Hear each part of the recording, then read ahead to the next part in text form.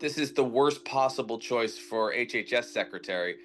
And I say that as a physician, not as a political person. He's just dangerous. Governor Green, I know you have been on the Hill. You are in Washington right now for the RFK Jr. hearing. Can you give us background on why you have been compelled to come to DC, talk to senators about what you know about RFK Jr.? As a physician, I actually crossed paths with him and his organization. They went to Samoa and destroyed confidence in the vaccination program there. It was incredible. It dropped their vaccination rate down to 31%. 83 people died, mostly children. 5,000 additional cases of measles occurred. When we went into a village, when I first got there, a child had just died, a baby girl, and I put my hands on her and she was still hot from the fever.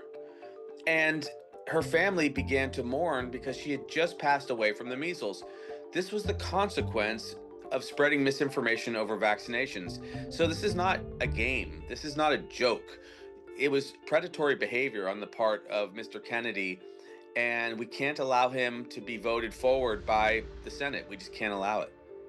You know, I heard one Republican senator say, who was on the Senate Finance Committee, the first committee to hear from RFK Jr., they talked about the anti-vax stance, but it appears that RFK Jr. has softened on it and said he's more concerned about just safe vaccines. Are you concerned that if he frames it in a way in the committee hearing room that he's softened his stance or is rolling back his stance, that he'll get support or people will be less troubled?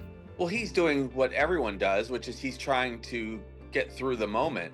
It's total nonsense what he's saying. And now he's trying to rewrite his history. But you can't rewrite that history for those 83 mothers who lost their babies.